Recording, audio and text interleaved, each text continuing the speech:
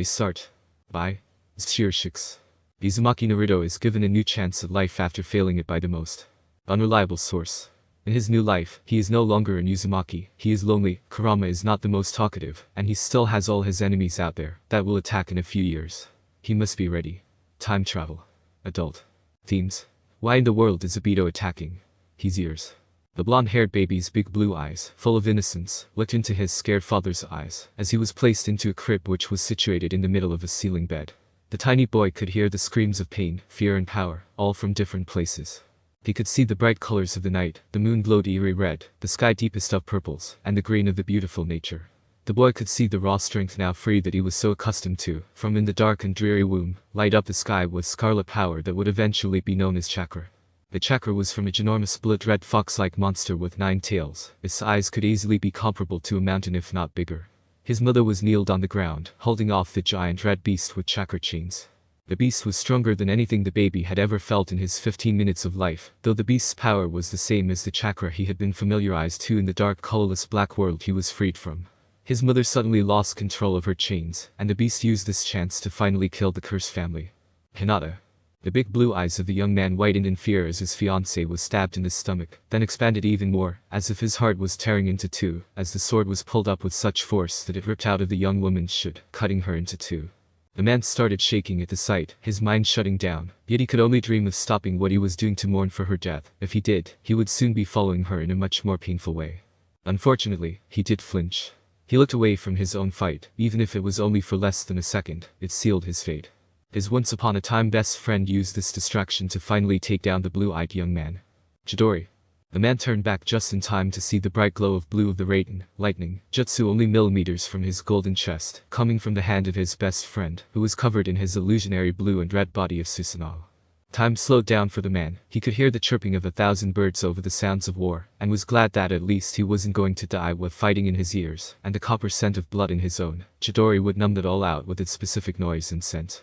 The baby with the big blue eyes could see it happening before it even started. His mother lost control of the scarlet beast that light up the sky with pain and fear by its roar, as it realized what his parents were planning for the monster. Its clawed hand came swinging towards the boy, aiming for his heart. His father was in the middle of the odd hand signs for a seal that would eventually be known to all as the Dead Demon Seal, that would end his life, when he saw the murderous attack aimed for his newborn son. His mother was breathing heavily with exhortation on her hands and knees facing the ground. Her body was tense, and muscles were being ready to jump if needed again despite her fatigue. It was now when she saw the scarlet 9-tailed beast's staggered hands aiming for her son. Visions of his parents jumping into the way of the claw and being stabbed into their stomachs, their life's blood exploding from their bodies, only stopping it centimeters from his neck, went past his big blue eyes, before the event could even happen. His parents were only just up to jumping 3, 2, 1. Naruto. The young man's big blue eyes glazed over as he entered his mindscape for the last time. Now he was seeing the solar lines and the mysterious waters that had always depicted his landscape. He could hear the rush of the water going through the pipes rather well for a dying person, or perhaps he was just imagining it. Kurama, I guess this is goodbye. The almighty red beast no longer scared the young man as it had when he first met the beast that had taken away his parents by his claws. The young man no longer knew how to live without the 9-tailed beast, his constant companion, even though they didn't always get along. This could be a goodbye, but it could also be a new start. The man openly showed his confusion on his pained face. He didn't have much time. His peripheral vision was already fading into a white even in his mindscape, but the ringing of the water from the pipes was getting as loud as the beast's voice. You want to go out in a big bang and restart from the beginning. Being hit in the heart by Chidori without a counterattack ready is really kind of lame. The young man replied to the beast, thinking back to the sharp blue lightning attack, realizing that the sound of the water pipes was not the water pipes, but the ringing left from the attack. I don't know what you mean by new start and restart, but there is no way that I'm going to die from a simple lightning strike to the heart. I must avenge Hinata's death, the man thought to himself, remembering her love-filled lavender eyes looking into his all those nights ago. She can't just die for no reason. He bit his lip. Release the seal. Release the Sage of Six Paths. Big blue eyes widened, starting at the red beast with disbelief. He was shocked that he even suggested that. However, the ever-increasing tunnel vision scared him, surprisingly, more than the order that the beast gave. But everyone is dead. The red beast finished. All your comrades and friends are dead. I have a plan, and it just happens to have a consequence of a big bang. The man hesitated before his hand, rather quickly for a dying person, unzipped his jacket. Since when does the Kyuubi ever have a plan? His fingers placed themselves around the seal. Kurama chuckled at Naruto's remark as he was given back his chakra, and the Yondaime seal was put back into place as a safeguard. I always have a plan, just most of them can't be done alone. The strong wind that came up from behind the young man had no effect as the two stared each other off. Time slowed down as the man's fingers made a twisting motion on his stomach. The water became a raging ocean with large waves crashing into the walls of the sewer, and the wind howled over their ears. Whatever the beast was planning was the man's last resort. Naruto. The white light blinded the blue-eyed babe, which was soon replaced by black splotches, and the sight of his parents still jumping into the way of the oncoming beast's claws. The boy knew what was going to happen. His parents would die after his father sealed half the beast's power inside of the boy, before bringing the rest of it with himself to the afterlife. He saw it in his vision along with his mother, not able to survive the stab to the stomach, and that he would become a Jinchuriki, though he had no idea as to how he knew the word. But the beast stopped. The howling wind froze. His parents were not stabbed, but fell back to the ground with no more damage than they had before the jump. And he felt his mind slowly become part of another, stronger, older one. And at the same time, the last thing he saw was the beast suddenly fading at the same pace his mind was. The young man stared around at the sewer as more recent memories were sent to his head of the night he was born, as if a shadow clone from that time just dispelled, and only now gave the memories to the original. But the odd thing was that it was as if he was there, technically, but he was too young to remember it. He only knew what he was told by his parents' spirits, and it was in their point of views. He could remember the emotions in his father's eyes as the man put his young self into the ceiling crib, and the loving but fearful face of his mother as she cried next to him. He could remember the feeling of exiting the darkness, only to be taken into the hands of Obito in his mask and robes, then being thrown up high into the air, death before his early eyes, then being saved by his, obviously by Sen father, and the horrid feeling in his stomach due to Hiragen.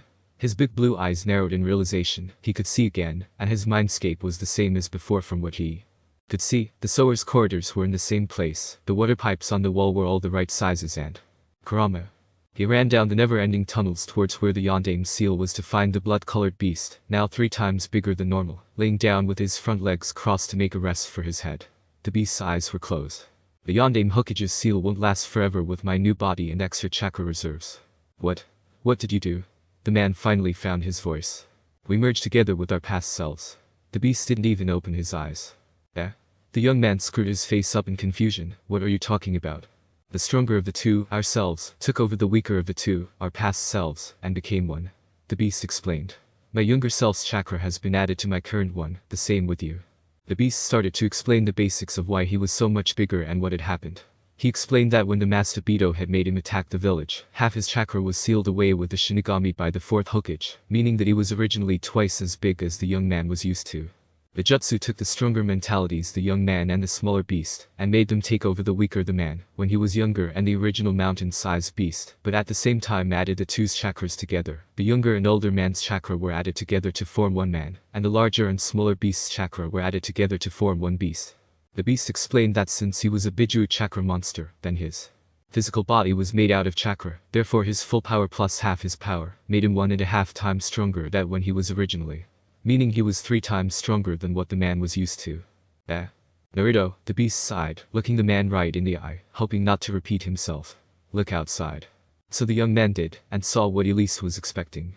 The baby's big blue eyes, full of knowledge and experience, looked past the crib he was currently in, past the setting for the 8 trigram seal, and onto his parents who were lying on top of each other, staring at the place above a giant footprint, as if something as big as a mountain just disappeared before their eyes.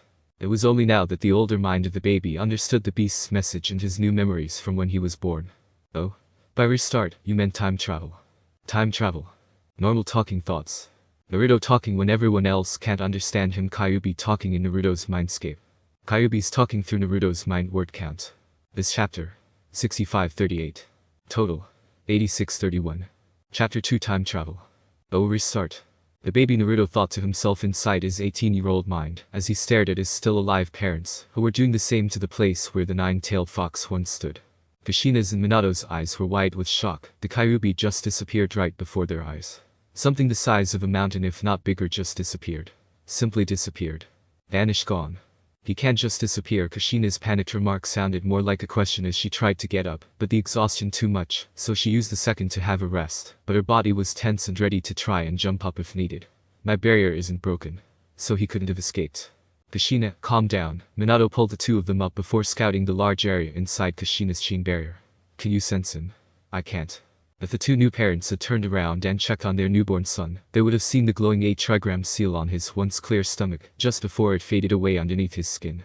Unfortunately, they were being unnecessarily cautious and were still looking for the giant Kyuubi who was already sealed away. Where? Sarutobi hears and muttered to himself, ignoring the same questions that were coming out of his subordinates' mouths as he looked around. His eyes darting round the far mountains and hills, through the trees and bushes, and back in the direction of Konoha. He now had all his lights out. Kushina. He finally yelled, "Let us in." The Yondaime Hokage and the ex-Jinchuriki looked at the old Sandaime Hokage before each other. "Yes, Hokage-sama." The red-hot habanero slowly dragged herself to the edge of the barrier, cautiously releasing that section of it. "If it attacks again, your deaths aren't on my hands." She tried to lighten up the atmosphere. At the same time, Minato released the half-formed dead demon seal before it killed anything and took his son off the ceiling crib, holding him close. "Naruto-chan, the Kyuubi's gone." He comforted his surprisingly quiet son, telling him that his parents were safe, that he wouldn't have to hold the burden of becoming a Jinchuriki. The man looked into his son's big blue eyes, the same color as his own, but they no longer held the innocence that the boy had only a minute earlier. He blinked a couple of times before it hit him. "He looks broken." The elder blonde thought. "His eyes look like he knows what happened." Kushina, one of the two shinobi, cried when the woman collapsed on the Sandaime. Minato dropped his train of thought for the moment and ran over to the others, after dispelling the ceiling crib, with an almost asleep Naruto in his arms. He hated it. He hated it. He hated it. The curse nappy change, he hated it. Even after 2 months of it, Naruto still could not wait to be potty trained. "No, no, no, no, no," he cried as Kushina leaned down for the kill. Naruto only voiced one more no before he couldn't do anything but laugh. Kushina couldn't help but giggle with the tiny baby as she blew raspberries onto his bare stomach in the middle of changing his nappy. Top EM. Top EM.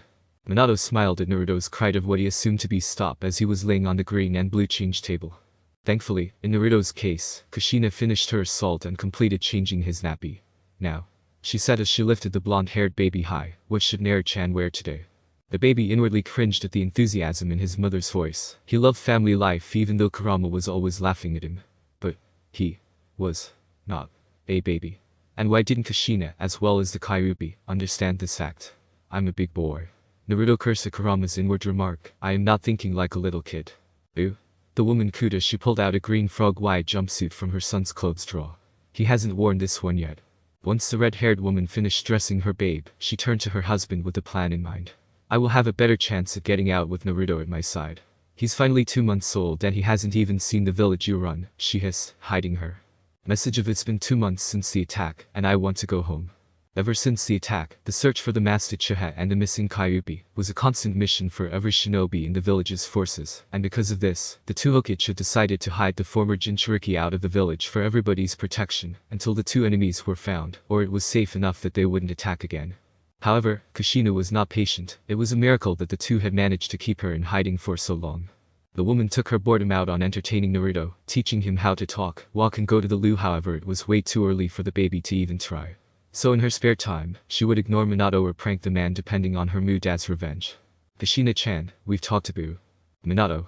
I protected myself, you and Konoha against a Bijuu right after I gave birth and had it extracted. And it wasn't just any old Bijuu, it was the Kyuubi. Most people would die from an extraction of a Bijuu." She yelled at him, holding the now crying baby close. "You and I both know that I could easily protect Naruto and myself at home just as well as I could here. And if the Uchiha and Kyuubi haven't turned up by now, it's highly unlikely they will jump out at us as soon as we walk out of this safe house. Kushina, I just don't want anything to happen to you both." Minato tried to reason. "I just don't want the Uchiha Madara look-alike to go after you thinking you resealed the Kyuubi in yourself." The man kept on talking about why his wife would be safer in the safe house outside of Konoha, and how Konoha would be safer with her out of it at the moment. Kushina simply ignored all of this in favor of having her own one-sided conversation with Naruto. "All my friends are probably thinking I'm dead, Naru-chan." Kushina mumbled to the baby that had calmed down as if she couldn't even hear the man speaking. Both of the Uzumakis turned their heads at the same time towards Minato with the same sadistic grin on their faces. "And we think Minato-sama wants a stir-crazy wife and child on his hands, because by the look of it, he won't ever let them free of the unjustified confinement." "Fine." Minato finally cracked, throwing his arms into the air. "Wait, that all we had to do?" The woman questioned her blonde-haired son, tabbing. She ran out of the room with such excitement that only Hiraijin could match her speed, dragging Naruto with her, to get ready. It took a long time for Uzumaki Naruto to get used to his new smaller body, and his new limit of movement. The only good thing about his new baby body was his senses. His belief that his current sense of smell would be even better than Kakashi's. Even though there was a silver lining around the cloud was still a very big and dark one. His arms and legs never did what he willed them to do, and he often found his toe in his mouth waking up, because his small body couldn't breathe well on its stomach. Worst of all, being a baby gave him a short attention span, even shorter than what his was already. He couldn't concentrate on one thing for more than 2 minutes. Ignoring his uncontrolled behavior, 18-year-old Naruto could see the tension between his parents, and could only guess why. He had quickly noticed that his mother never left him alone, and that he had yet to get out of the safe house and into Konoha, the same with his mother. He assumed that the tension between his parents was because his father was isolating the two of them, and knowing his own personality was like Kushina's. There were goods and bads to being the size of a baby, with the knowledge of an 18-year-old from the future. Originally, one might have assumed that with such innocence the baby could easily get information another would never be able to. However, being the size of a baby also make the 18-year-old boy process his knowledge as fast as a baby would, though this did not happen when he was in his own mindscape where he was his true age.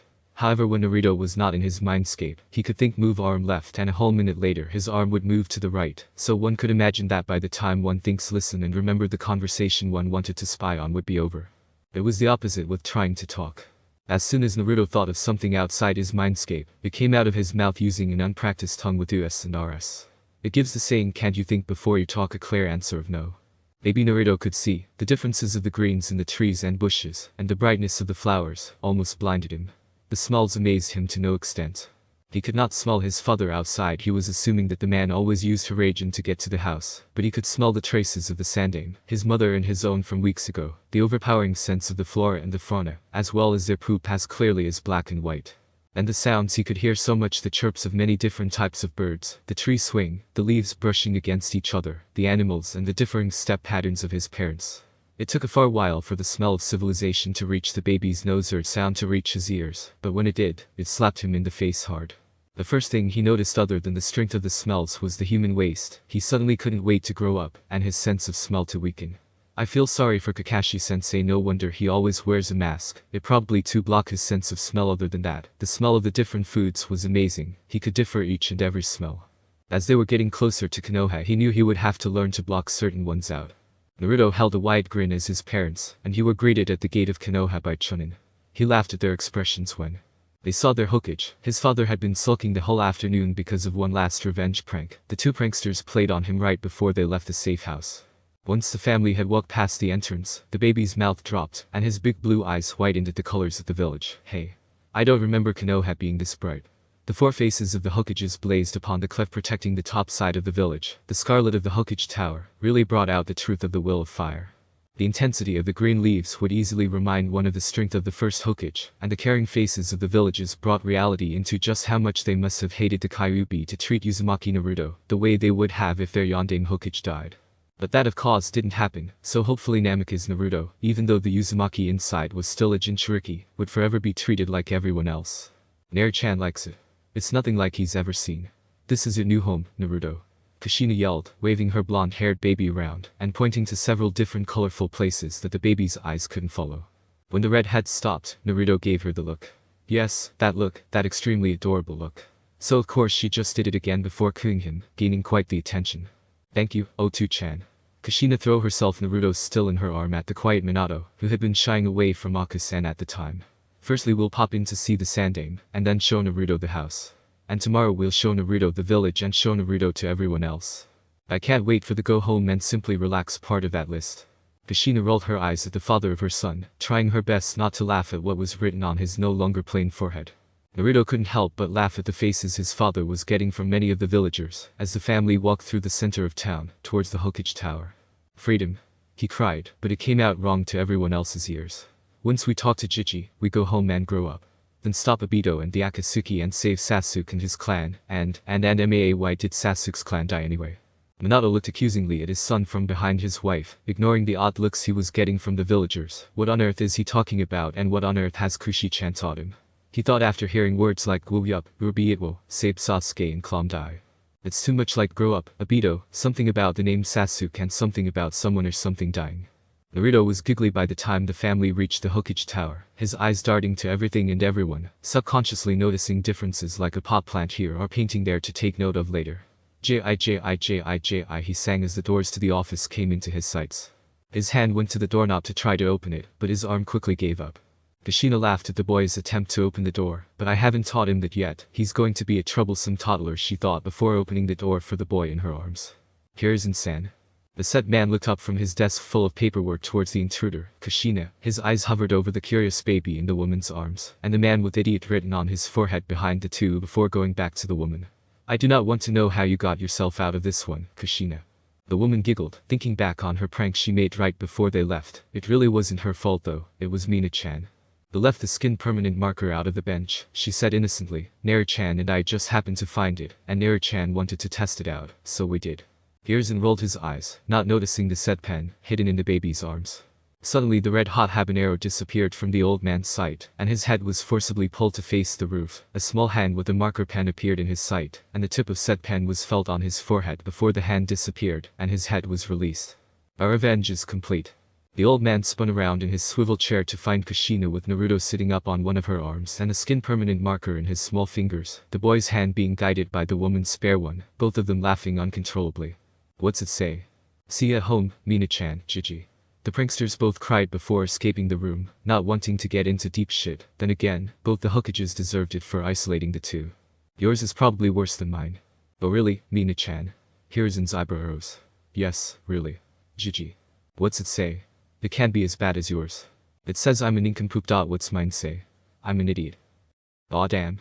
Now we have two Kushinas in the village, at least they're keeping it G-rated. I wonder for just how long.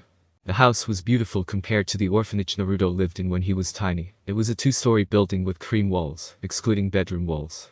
The floors were polished wood, door frames were dark wood and the furniture to match. There was a photo wall near the front door with bright and colorful frames with smiles to match. What more, it was clean. Even Kushina seemed surprised at this. No. When did 2-chan find the time to clean it up? No, Naruto. Just how dirty was it? Make sure you are never as messy as your Aka-san, Naru-chan. The woman who was holding the babe said as she finally walked through the front door. Let's hope you have your O2 genes for cleaning as well as his looks. Naruto's sweat dropped. Just how messy are you, Ka-chan? During a quiet tour of the double-story house, which was not the Hokage manor, the lounge room held a neat pile of wrapped-up presents. The lounge was a simple dull green, not too light or dark for stains to stand out when someone came home from a mission and collapse on it, and a TV lay on a cabinet next to the wall rarely used. Behind the couch was the dining table with 4 chairs around it in the archway into the kitchen. The hallway held the doors to a bathroom, spare room, book room, closet was not big enough to be a library, and a study, all of which he wasn't allowed to go into yet. Upstairs, opened into another hallway leading to his parents' room, another bathroom, a storeroom and the nursery. His room was shown to him last. It was green. It's not orange. What's wrong, bub? Kushina calmly smiled at the boy. Don't you like the color? Mina-chan and I managed to narrow the choice down to blue, green and red. I guess green isn't your color. Naruto could feel her eyes hover sadly over the adorable green frog-white jumpsuit he was wearing, knowing that it was going to stay until he grew out of it. Only Rock Lee likes green. I want orange. Why wasn't that included in that list? Naruto whined. Why on earth am I acting so damn childish? I'll think about it later. Haha. Shut up, Kurama. We can repaint it. Kushina laid Naruto into his blue and white cot, oblivious to the conversation that included the missing Kyuubi. She ran out of the room, before quickly returning with 3 paper cards in her hand. What color do you like, Naru-chan? She asked, thinking that the baby couldn't understand her, but hoping that the color card he chooses would end up being his favorite. Oh, if she knew how right she was. The cards were the wrong colors, so Naruto just crossed his arms and made an adorably cute angry face. So Kushina went back to where she came from, and returned with cards of all the colors of the rainbow. Without hesitation or thought, Naruto's hand automatically found itself with the orange color card. The walls need to be orange. He smiled before realization from his 18-year-old knowledge reached his 2-month-old mind. Why are you willing to change the room's color? Yay. I told you, Minato, that the room needed to be orange or red. Not as blue or green. Kushina had a triumphant look on her face as she looked at the wall as if it was her husband. You didn't answer my question. Told you red is not girly, Min-chan. Now you're not even listening to me and I said orange, not red. I want to talk normally again. Why does everything I say come out wrong? The woman kept on talking to the wall as if it was Minato instead. The rest of the day was spent going shopping for paint and redesigning the room, though they couldn't start until the two talked to the yondaime about it, but he didn't come home until dinner.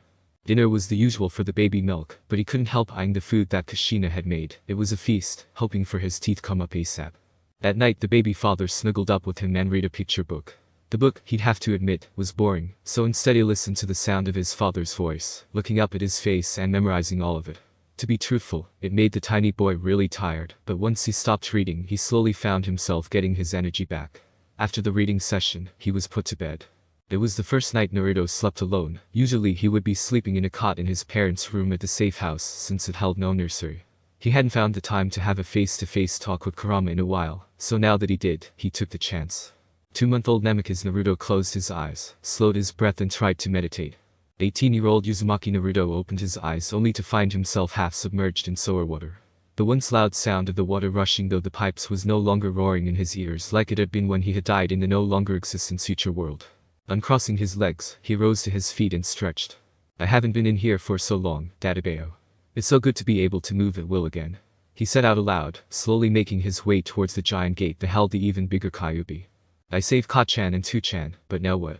I should do something about Obito and the Akatsuki before they get too strong, but I'm too small and weak to do anything at the moment. Then what?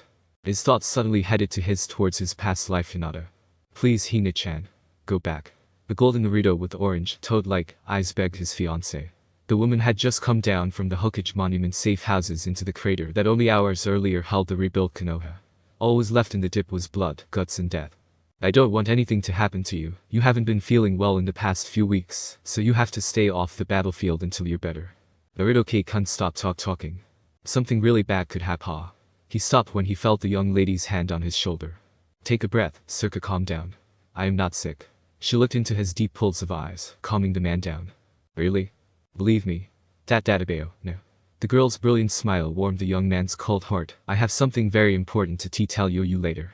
The girl's nerves stopped her from saying what she wanted to say. You sure you're not sick? Of course. But you've been puking every morning. Hinata's finger found itself on his lips, her confidence seemingly returning. I will tell you later. Naruto nodded his head before looking back to the battlefield. He and Kakashi were the only able fighters ready for battle in the crater. A recent attack from Zetsu clones turned the crater village into a bloodbath. Everyone else in the crater were medics, quickly dragging off the dead. Their lives had already been taken away for treatment. Hinata-chan, you should start heading back up. You know how tiring it is for you to get back up that cliff. Kakashi said as he walked over to the two. Why yes, Kakashi-sensei. The girl quickly said her goodbyes before turning around and slowly making her way to the cliff. Too slowly. She never made it to the top of Obito, and Sasuke just had to show up. Naruto's eyes fell to the ground. Hinata, Yubaka. Why didn't you leave earlier? Is your life only worth both my parents and the chance to rewrite the history books? No. You're worth more. Everyone is worth more. Hinata. Naruto's blue eyes whitened in fear as his fiancée's stomach was stabbed. Then they expanded even more as his heart tightened when the sword was pulled up with such force that it ripped out of the young woman's shirt, cutting her into two. Just what did you need to tell me? His thoughts moved on again to someone else before he could start crying. Sasuke. Naruto's eyes were wide. He's meant to be dead. That damned Kabuto. That damned Uchiha. Uchiha. Sasuke's whites in his eyes were now replaced by black, the signs of the Kuchis. Endo Tensei, in pure world reincarnation jutsu. He now wore a more traditional Uchiha shirt, much like the one he wore in his Genin days, instead of his Orochimaru look-alike shirt. His eternal Manjutsu Sharingan, active and his mind seemingly gone. You bastard. He deserves to rest in peace, not to be forced into more fighting. When Naruto got no reply as he attacked the now slightly younger boy, he cursed. The bastards. They even took your free will away. He inwardly cursed again as the Uchiha blow of fireball his way, the heat already burning his skin, and it wasn't even close yet. The young man felt something slide down his cheek, his hand rose to wipe it away. He froze. It was cold and wet. I'm crying. His eyes widened as realization hit him like a punch to the face from my guy. They won't even know me, no one will. It will take years to be able to walk and talk again. And even longer to rebuild bonds as strong as the ones were with everyone. Are Aka-chan's and O2-chan's lives really worth so much? Aka-chan. What are you crying about now? The young man immediately looked up to find the 8-trigram seal gate in front of him. The piece of paper that held the seal in place was badly yellowing and the ink fading. You haven't shown up in months and the first time I see you, you're crying just like the baby on the outside does. Hey. Firstly, I'm not a baby. And secondly, babies don't start crying with tears until they're 6 months old. And how would you know that? The now 3 times bigger Kurama mocked, although it didn't reach his big red eyes like usual. Is that worry in his eyes? Hinata-chan told me. Does it matter? It was only now that Naruto realized that he'd been standing still ever since he felt his tears. That means he heard everything I said out loud. I was wondering why the lives of my parents were worth so much. His big blue eyes were glued to the ankle-deep water on the ground. Why did I have to lose everything to only get 2 people back? Kurama smiled. Naruto instantly jumped back. Since when does the great nine-tailed fox smile like that? Fear was evident in his voice. You will work out what the girl was going to tell you eventually. His eyes widened and he took another step back. How? You've caught a habit of talking out loud. Kurama's smile put chills down the young man's spine. It held sincerity and understanding. Things that really did not fit in on the beast's face. You do have to start again from the beginning with all your bonds. But it was not your parents' lives that replaced your lost friends. Naruto could feel more tears exploding from his eyes, but he had given up hiding them. Their deaths just happened to be happening when we took over our past selves. The effect was that they ended up not dying. Is it just me, or are you becoming a little bit too cooperative and understanding for your own good? Naruto choked out between tears with suspicion clear in his voice.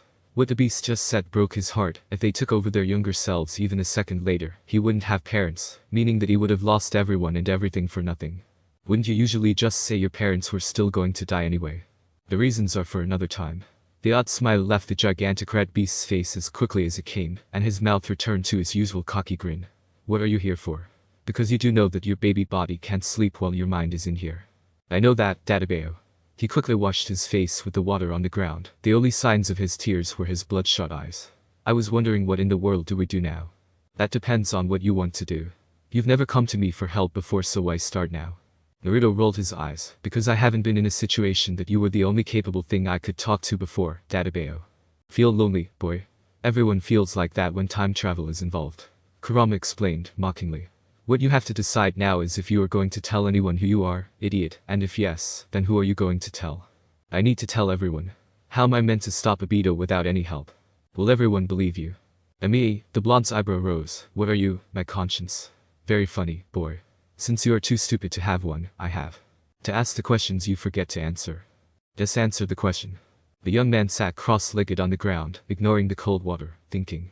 No, he finally came to a conclusion. No one would believe that I'm from the future, no matter what I say, even if I show that I have you sealed inside me.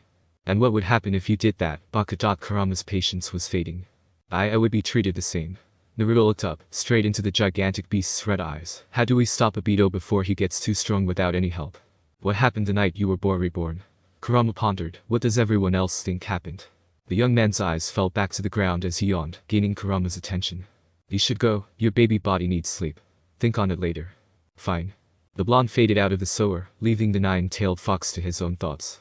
The seal is disintegrating quicker than I thought it would. It should have survived another 12 years, but by the look of it, it will only last 6, maybe less. Naruto woke up the next morning to see narrowed blue eyes, the same color as his own. 210. The man's eyes narrowed more.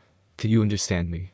He finally asked, pronouncing his words slowly with suspicion that Naruto's 2-month-old mind didn't comprehend straight away.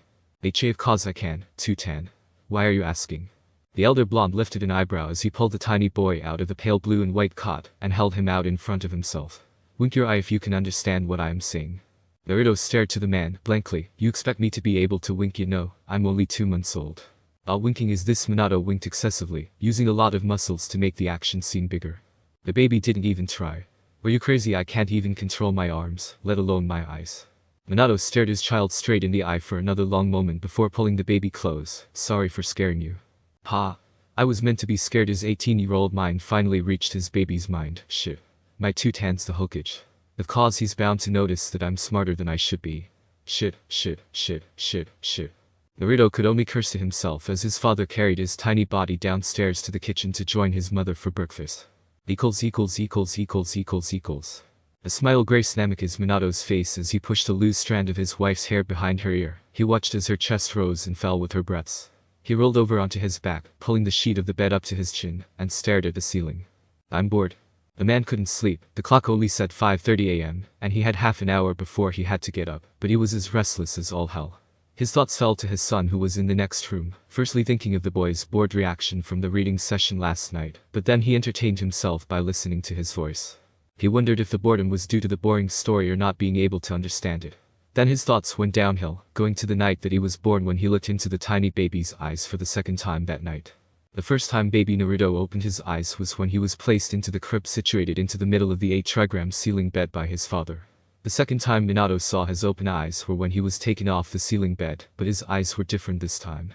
It was only just over a minute between the two times the father saw his son's eyes, but they were different each time. The first time they were innocent, the second time they were full of knowledge and experience, if that was possible. Minato didn't like it. Did the Kyuubi do something to him when he froze? Right before the nine-tailed fox faded into nothingness, he froze. The beast was in the middle of aiming his claws for the baby, but then he stopped, as if it couldn't move. The beast's face showed the weirdest expression before it faded away. Fear. Fear, shock, confusion and pain. Pain as if it was being sealed away. Why would he be scared? Why was he experiencing pain? Minato threw the sheet off his body and flung himself up so that he was sitting on the side of the bed. After putting his slippers on his feet, he left the room and silently entered his son's. The baby's room was dark, but the Hokage had no trouble finding the cot. The man stared at the sleeping babe for a good 5 minutes before he kneeled next to the wooden cot, with his arms resting on the top of the safeguard fence. What happened to my baby? Since when does such a tiny thing know the basics of opening a door, or know how to reply to another person? His thoughts were on the tiny baby's chatter. He shouldn't be talking yet. Babies start making sounds like laughter and cooing around 2 to 3 months, and they don't start imitating sounds until 4 to 6 months, let alone replying to others talking to him, even if it was only baby chatter. Even Kakashi wasn't this advanced at this age. Minato still could see Naruto's tiny face in his mind, as the boy looked up at him just after the Kyuubi disappeared. He could still see that broken look in the boy's eyes whenever he looked at him. I don't like it. The door creaked as Kushina opened it. She didn't say anything for a moment, admiring the look on her oblivious husband who still hadn't noticed her presence. Good morning. It's 6. He jumped but made no other movement. I'll start making breakfast for you. Kushina left silently, leaving the door open a crack. The tiny baby's eyes slowly fluttered open at the sound of his mother's voice, only to see his father's curious face. Toron? The boy questioned. It's almost like he's saying to and tan maybe. Minato thought. Let's check. Can you understand me? He said slowly, carefully pronouncing his words. H-A-H. The baby asked, or F-H or Smyon, Toron. I-R-U asning. Did he just reply? I knew it. Either a genius or the Minato didn't like his train of thought. There's no way you could be the Kyuubi, Naruto. Right. He got up and leaned over the side of the wooden cot, lifting the baby out and holding him under the arms out in front of himself. He can hold his head up. Babies can't do that until they're about 4 months old. He could see how the child had trouble doing so because of his weak neck, but he could also see that he was trying. Let's see what you do now. Wink your eye if you can understand what I'm saying. The baby's shocked expression nearly shocked the older man. You're smart enough to know how to open a door, but you don't know what winking is. He would have said blink, but the child could have just blinked because it needed to. Uepad maui abu ein ck anu, me maniu mansured. Minato could see the boy trying to say words. Winking is this. He closed one eye at the boy and opened it slowly. Aru Rasi. The boy cried. There was an emotion on the boy's eyes that the Yondaime Hokage couldn't name. My Arnev nor Lai Ams, added on Iaced. Why couldn't he name that emotion? It just didn't look right on in the tiny boy's face. The Hokage stared straight into his son's eyes, looking for the answer. What is it? What is it? It was then when a muscle twitched on the tiny face. That could only mean 2 things, annoyance or fear. It was this that kicked the yellow flash out of his trance. He realized that even though the child was way beyond his time and knowledge, he was still a 2-month-old baby that should not be held the way the older man was holding him. Pulling the boy close, Minato used his arms to warm the baby. I'm sorry for scaring you. Minato left the room with the now babbling baby in his arms, in the hopes of getting some breakfast. Hopefully I'm wrong. Hey guys, new fic. I'm quickly running out of time travel fan fictions, so I decided to make my own, and here it is. This chapter was originally meant to contain more of the plotline, but I just couldn't skip out on the baby Naru fluff, and it just became too big. It kind of turned into 2 full chapters. XD. Updates. Just letting you know that I will be slow in updating, sorry. I'm hoping for a chapter a month. This is because my life is really hectic at the moment, and I will need the time to write each chapter. I'd really love to update more often, so sorry in advance. This chapter's early because it's my birthday. And I just wanted to see the charts after I updated this, so please tell me what you think of it. If you have any ideas for scenes or such, you're welcome to tell and I will highly likely put them in. Review, favorite, follow. 6 PS. Look at these numbers. As of 23/4/2013, reviews. 11. Follows. 29. Favorites. 15. Communities. 2. Views. 470 all in 10 days. Anyone want to beta for me? I triple check each chapter and send it to my friends, but none of them are into anime manga or just can't edit. I just love some help, MP me if you can. Suspicion. Sorry for the late chapter. I'll give my reasons at the end of the chapter. A huge thank you to my new beta reader, Sakura, who helped me get this chappy out. Normal talking thoughts. Naruto talking when everyone else can't understand him. Kyuubi talking in Naruto's mindscape. Kyuubi's talking through Naruto's mind word count. This chapter. 7107. Total. 15,738. Chapter 3 Suspicion. 2 months and 1 week. It was a week since Namikaze Naruto was brought home from the safe house, and just as long since he realized that his father suspected himself, and that his mother seemed as oblivious to it all, as another Uzumaki would have been if he wasn't the center of all the attention. Naruto aimed his hand towards the toy hanging on the brightly colored mobile. Hit it. Hit it. It hit. The baby's giggles echoed around the nursery room. The room was now a pale cream-orange color with dark wood furniture to match. Minato would not have a bright orange-colored room in the house, but everything else in the room was oranger color that went with it. Yay. Go Naru-chan. Kushina exclaimed. Naru-chan resisted the urge to roll his eyes. You know Katan, moving my arm the way I wanted to, is my accomplishment. Why on earth are you so excited? Now, what one is orange? The baby's hand quickly found itself on the orange-colored tiger without any trouble. I wonder why you find it so easy to find the color orange, Naruto. You've always been able to distinguish the color. That's cause orange is the best color in the world. The baby yelled, laughing, but that is a good question, Katan.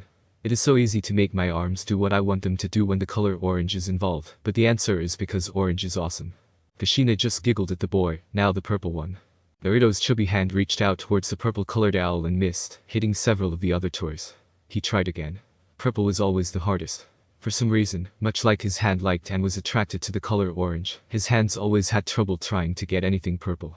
The young man inside the baby hated it. Purple was meant to be Hinata's color, making it his second favorite color. He shouldn't be having trouble trying to grab it. Naruto jumped out of his thoughts to see the back of Kushina's red head before she faced him again. Okay, bub, time to have a feed and a read, then we have to go to bed. Oh? But your milk tastes funny. I want ramen. Uzumaki Naruto hated feeding time even more than the curse nappy change. Rephrase that, it wasn't that he hated it, his 18-year-old mind found it embarrassing for himself as well as his mother, if she ever found out just how old his mind was. Alright, that's enough now. Hey. I'm not full. That's why you should give me ramen. Kushina giggled as she fixed up her top and placed the tiny boy in his cot to pull out a book from the shelf. The one she chose had short blue people on the front. Pulling the boy out of the cot again, she sat herself in the white rocking chair and started reading. To Naruto's amazement, the way his mother read the story really made it interesting. He listened to her voice, watched her face, and let the story of the tiny blue Smurfs go into his head while at the same time trying to remember the theme song from that one episode of the tiny blue people he had watched in his past life. The book finished rather abruptly in Naruto's opinion, as well as too soon. He was put back into the cot and the book was put away. Night-night Naru-chan, his mother crooned and waved a goodbye as she walked to the nursery room's door. Good night Naruto. Minato said as he poked his head through the crack in the door. With one more look over her shoulder, Kushina left the room, closing the door, with Minato trailing on behind her. Night, night.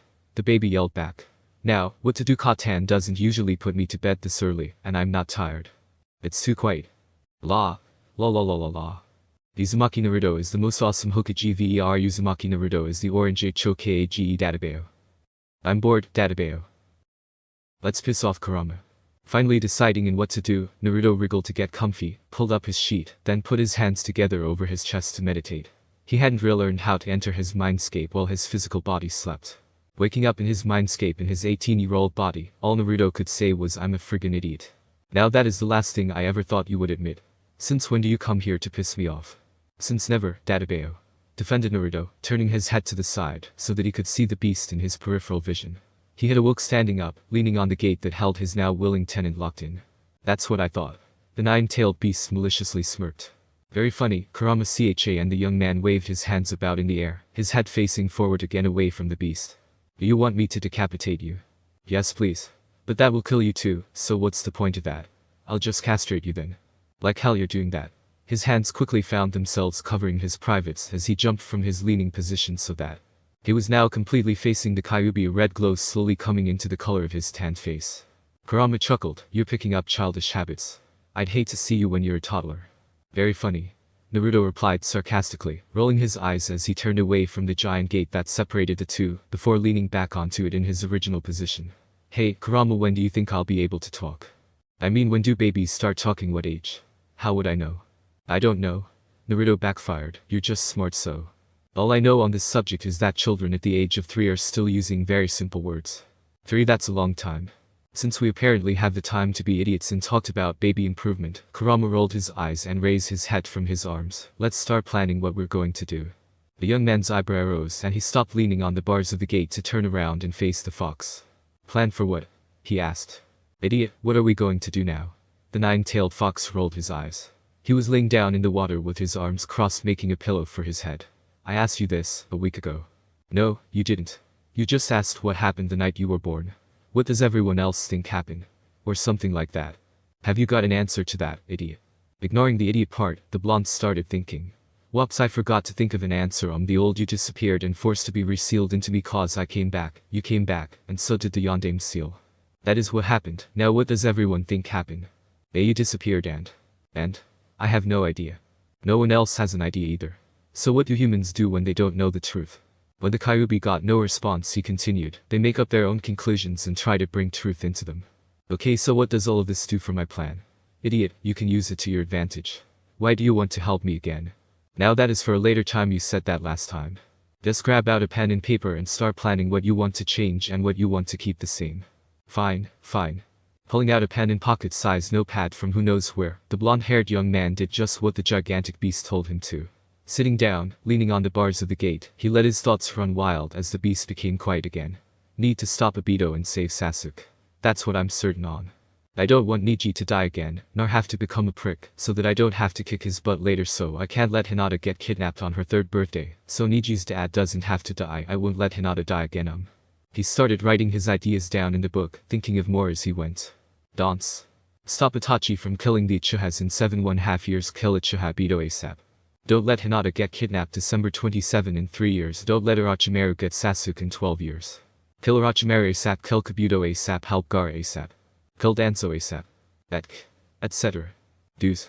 Stay on Sasuke's and Sakura's Genin team with Kakashi as the sensei. Keep Yosenin as a sensei. Make sure Sakura becomes a medic. Go out with Hinata. Don't let Jiji die become Hokage. Etc. After a good hour the list was 8, double-sided, pages long. Is it everything? Kurama's deep voice pulled Naruto out of his now empty thoughts. Everything that I can think of, I can add to the list as I go.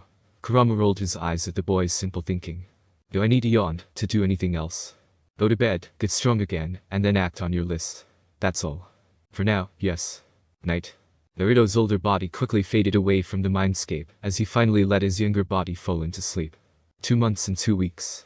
La la la la la la la la la la la. Naru-chan, where on earth did you hear the Smurfs theme song? Kushina said as she walked down the main street of Konoha with her child on her hip and groceries in her other hand. The shopping street was rather busy, and Uzumaki Naruto was glad to be being carried through it, instead of squeezing through, which was what he would have been doing when he was young. The different smells amazed the boy since he was still getting used to his senses. He could easily smell the different foods as well as people, but his focus was on the smell of the cooking ramen being made by Tucci at Ichiraku's. His ears weren't as good at his nose thankfully, otherwise he'd find himself deaf rather quickly, but the chatter from all the people around made it hard to think, so instead he just sang to himself to block them out. And very loudly at that. La la la la la la la la la la la. Oh, isn't that adorable? Kushina turned around, almost dropping her bags. Murasaki-chan. Behind them was a beautiful tall woman with eggplant-colored hair that reached her waist, her eyes seemingly seeing everything, and her robe did nothing to hide her heavily pregnant form. Kushina-chan, how have you been? I haven't seen you in almost a year. The woman's smile showed that she and Kushina knew each other well. Whose adorable child is that? Kushina's chest filled with pride as she unconsciously straightened her back. This is Naruto, my son. You're going to have one too. She stated, now looking down at the other woman's stomach. Yep. Who's Naruto-chan's father? The dark-haired woman started cooing the baby. Hey. Have I seen you before? I swear I have. Who are you? I can swear you were younger when I last saw you. Who are you? Naruto yelled as he looked into Murasaki's highly identifiable eyes. He talks a lot. He's my son, so of course he should. The redhead giggled, putting her finger on her lips. SHH, he's Minato's. What? Kushina grabbed the woman's arm and dragged the two away from the now staring crowd. I said to be quiet. She hissed as she reached an alleyway. Since when did you get together with the Hokage? SHHH, she suspiciously looked around, checking if anyone was around to hear. Minato and I have been secretly going out for years, you know that. We got married a year ago. And you didn't tell me. You'd only just left on your mission, so how could I tell you? Kushina defended. By the way, now the mission is over, what was it? Kushina's purple eyes narrowed. Or aren't you finished and I wasn't the only one lying? Sweat rolled down the other woman's forehead. I'm not finished, I'll never. The woman's voice faded away before she could finish. What was that? I'm not finished and I'll never be. Murasaki's face was screwed up with guilt. She finally looked up when she hadn't got a reply, only to see the cogs in her friend's brain winding up. So then tell me, what is your mission? Kushina finally said, leaning into the dark purple-haired woman's face. I had to marry Hahesi. What? I had to get married. Kushina nodded her head. Wait, what? Turu. Don't tell me it was an arranged marriage. You and your stupid Haika customs. Who? Is it? Hi, what? Obnoxious much, Kushina-chan. Hiashi, her eyes widened in realization. Haika Hiashi, like Haika-san, like the Haika clan head. Yes. The elder said that my sisters and my genes would be good for the main branch, so. That's cruel. I'm going to go and talk to this elder and tell him what I think right now. Cause I think he's an asshole. The red-hot habanero staled out of the alleyway with her blonde son on her hip, her arm with her groceries swinging harshly with her hand in a fist. You're going down, Hiashi. Murasaki ran after the now dangerous Jounin, Kushina. We can't do anything about it now. So that is his child. He is gonna die. The red hat didn't stop, stomping towards the Haika compound like a monster. Oh, you going down, Hiashi. Kushina. Please don't, the pregnant woman begged, running alongside the other. Calm down. Her sudden strong voice stopped the other. So you're certain? Are you sure you don't want me to get up them? Didn't you have a crush on the man down the road? I'm certain. You're my teammate, you should know when I've made up my mind or not. And I've gotten over Tamaki-san ever since I saw him walking down the road with two bimbos in the red light district. Hey. There's only one person in the world that I know that you could be. But I never know you were in my Katan's team. Naruto cried out in realization, his mind only just comprehending that this was Hiashi's wife. Fine, I'll walk with you until we reach the compound. How's the baby, do you know anything? Kicking is all hell and wanting to get out. Murasaki said. Kushina laughed. Do you know if it's a little boy or little girl? I want it to be a surprise, but Hiashi wants to know so that he can start preparing stupid training and main clan stuff. I don't even think he cares about finding out the gender to name the baby. Forget about him, he's an ass. His Ashi is cool, but Hiashi's an ass. The two giggled together with Naruto joining in as soon as his mind processed the words. So, what names are you thinking of? Cause Hiashi doesn't seem to care, I have two of each gender. For boy, I have Hayu and Haru. For girl, I love the name Takoro, but it doesn't go with Haika, that's why I was hoping to marry outside the clan, but anyway, I have Hanabi and my favorite, Hinata. Hey. You're Hinata's Katan. 3 months. Izumaki Naruto was as bored as all hell. Being a baby was not the most enjoyable pastimes. He would sit there wanting to talk but did nothing about it, believing that he would eventually be able to when every other baby could. He found himself listening and smelling everything around because he couldn't always see it. Well, the simplicity of his life gave the baby a chance of looking into how his parents acted, what they did during their time and other family-orientated things. Knock, knock. The baby was laying in a rocker playing with a small wooden toy maraca in the living room. Naruto's head went straight to the side facing the archway going out of the room. Katan. Someone's at the door. He watched as the red hat came out of the kitchen, through the living room and out the archway that exited into the hallway where the front door was situated, just out of the boy's eyesight, with grace that only a ninja would have. Kshi-chan. How are you? Slam. The door shut. The muffled voice of the unwanted man wandered into the house through the now closed door because of its volume. Oh. Kushina-chan. It's just me. Not some old pervert or something. You're not just an old pervert, Jiraiya, you're a super pervert. Naruto's brows furrowed at this, his eyes dilating. Well, can't you let this super pervert in then, only if you don't do anything. Fine. Click. Naruto could hear the shuffling noises made as the pervert came into the house, and his mother locked the door. The smell was something he hadn't smelled for over 2 years, and it almost brought tears to the teenager inside the baby. So where is this famous Naruto, the boy who didn't die from the Kyuubi? It was his voice, his scent, his large shadow on the floor, his everything. All he had to do was. Jiraiya, don't you dare start spreading such rumors. Fine, fine. When the two finally came into the boy's eyesight and he forgot how to breathe. Time flew by the baby as his mother and the man started running when they noticed how he was acting. All he could say or think was Iro-san. Naruto. Kushina's voice brought the sad boy back to reality, and he realized that when one doesn't breathe for a long time, they suffocate, so he took a breath. The boy was red-faced and puffing, his eyes dilating as he stared at the bulky white-headed man. Are you alright, Naru-chan? His mother said, lifting the boy out of the rocker, checking for signs of degrading health worriedly. Naruto just nodded, his eyes never leaving the white-haired man now with significantly less wrinkles than when he saw the man last, while he was being puppeteered by Kabuto. Confusion graced the eyes of the Toad Sennin for a second, but Naruto's mind didn't comprehend it. Was he born with those marks on his cheeks? Yeah, we think it's because he must have been exposed to the Kyuubi's chakra while I was pregnant with him. His whisker marks are why we don't go around saying that he was with us while we were fighting the Nine Tails. People could start to believe that he is the Kyuubi reincarnated. The woman looked down as she talked, not meeting either of the male's eyes. This answer brought Naruto out of his shock. I still have the whisker marks. I thought they came up when I became a Jinchuriki. I see why you don't want anyone who doesn't already know that Naruto-chan wasn't hidden away during the attack, but instead on the front lines ready to be made into a Jinchuriki, Jiraiya said, his eyes flickering between the mother and child. Jiraiya finally put his attention onto the baby. Hey Naruto-kun, I'm your big daddy, Jiraiya-sama. You're silly Senin to me. Can I pick him up? His head turned to the bloody habanero whilst his arms froze in mid-action. That's a good question. Her voice was cold and collected almost as if she had to really consider the question. Why are you being so cold, Kushi-chan? Cause you haven't shown up in months. Naruto's already over 3 months old, and you haven't even met the boy you ended up naming till now. Jiraiya's sweat dropped. Is she still hormonal or something? I feel sorry for Minato. I'm going to assume that is a yes. He said as he took the baby out of the woman's arms. As soon as Naruto was in the Senin's hands, he didn't let go, not for hours. His small hands grasped tightly on Jiraiya's clothes. The boy couldn't stop crying in the man's arms as his scent, the sound of his voice and his chakra overwhelmed him straight away, and when his mother went to take him away, he refused to let go. All the Uzumaki could do was cry out, you're alive again and again. Calm down, calm down. Kushina prided as they sat on the lounge trying to calm the boy. I think you're making him cry even more. Well, it's not me. You the one holding him, pervert. Yeah, but he didn't want to go back to you. Does he usually do this? No.